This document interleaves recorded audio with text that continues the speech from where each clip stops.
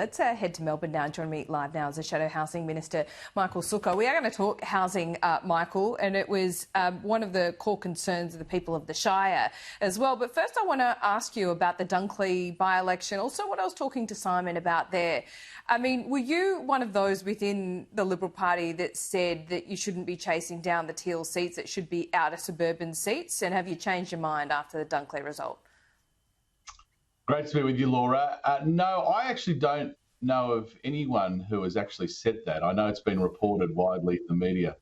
I mean, the truth is, Laura, when you are a party of government as we are, you have to put your best foot forward in every seat around the country. Now, of course, pragmatic political considerations come in as to where you can win and what your pathway to victory is. But I don't really think that there's any serious people in the coalition who think that we should be giving up on any seats, let alone seats we've held in the past. So I think the very wise words of our impressive new candidate there in Cook are correct, that in the end, there's a whole swathe of seats we have to win. And if you want to be a party of government, you have to appeal to people across a pretty broad geographic, social and even political spectrum. And that's what we've successfully done in the past. And I'm hopeful and confident we can do it again.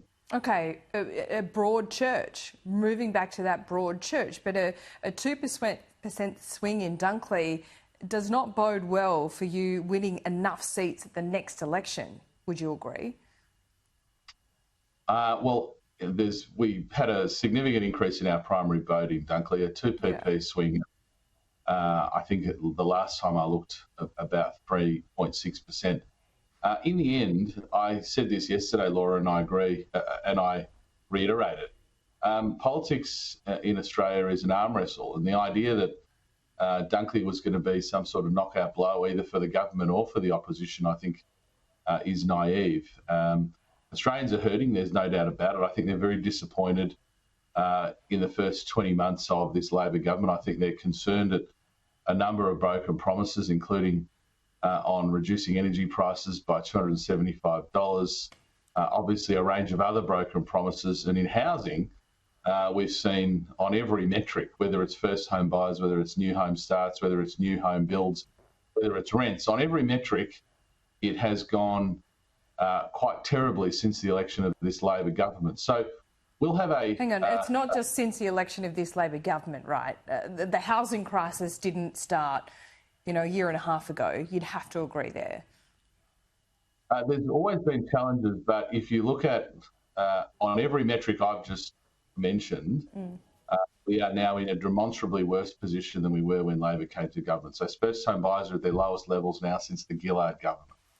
New home approvals data that we saw yesterday shows that not only is Labor going to not meet their 1.2 million home commitment, they're going to fall hundreds of thousands of homes short. Yep. And the problem with approvals data being so bad, Laura, is if you think there's a housing crisis now, you ain't seen nothing yet because the approvals are down. Therefore, even fewer homes will be built in the short to medium term future. And at the same time, we've got a government running an unconstrained migration program. And I'm a product of migration myself, so I'm very supportive of migration, but it's got to be planned. And you've got to be able to know where on earth the people are going to live. This government hasn't done that. So on all the data I just outlined, Laura, it is dramatically worse since this government came to power. I'm not saying it was all rainbows and lollipops before that, but it's a hell of a lot worse. And there's no plan, no idea, and in fact, any commitment from this government on home ownership. Do you think you're going to win votes by having a nuclear plan, which includes large scale? Look, Laura, I'll leave it to very smart political observers like you to... no one wants to touch this today from your side of politics. Why is that? I'm very happy to touch it. My point, though, is I think we need to get away from, and I'm talking we collectively in politics, kind of running the ongoing scoreboard commentary. And our job will be, in the end, policies that bring down energy prices, that ensure we have a stable grid. I think if you do the right things in that sphere, then the politics will look after itself. It's a bit like housing. When I was housing minister, I was criticised, for example, for our home guarantee scheme, which enables first home buyers to purchase a home with a 5% deposit rather than a 20% deposit. Well, fast forward 3 years later, it's now supporting 1 in 3 first home buyers. So I took a lot of criticism at the time, but I was confident it was a good policy. I think in the end, if we focus on good policy in energy, the politics will follow in a positive way, Laura. Okay, I guess the way I think of it here, Michael, and I wonder if you agree with me, is that if you are going to capture the imagination of some of these younger, more progressive, not progressive voters, but perhaps more progressive, just on the centre left of politics, you need to perhaps, yes, push ahead with the nuclear plan, be, technology agnostic, but I think there's a bit of scepticism that your side of politics might use this to slow down the move towards renewables. Is that what's happening here? No, I think what you're seeing around the world, Laura, is a coal to nuclear transition. I mean, that's not just proposed in comparable jurisdictions, but it's a bit mixed.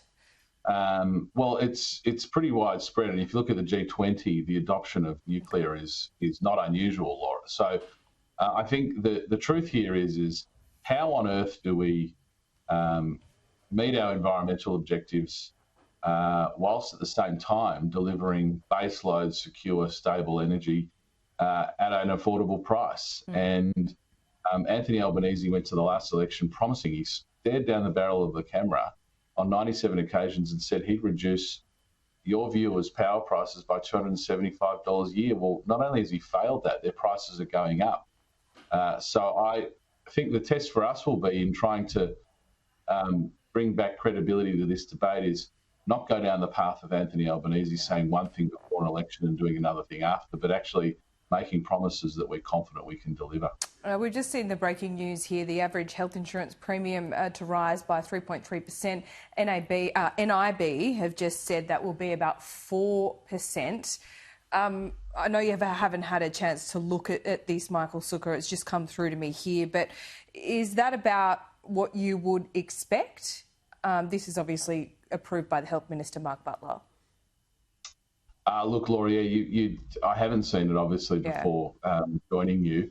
I mean, my expectation would be that it's incumbent on the government to get the best possible price for consumers, but at the same time, you've got to have a sustainable health sector. I mean, during the COVID period, for example, you saw virtually nil increases, and that was something that Greg Hunt, I think, worked very hard to deliver.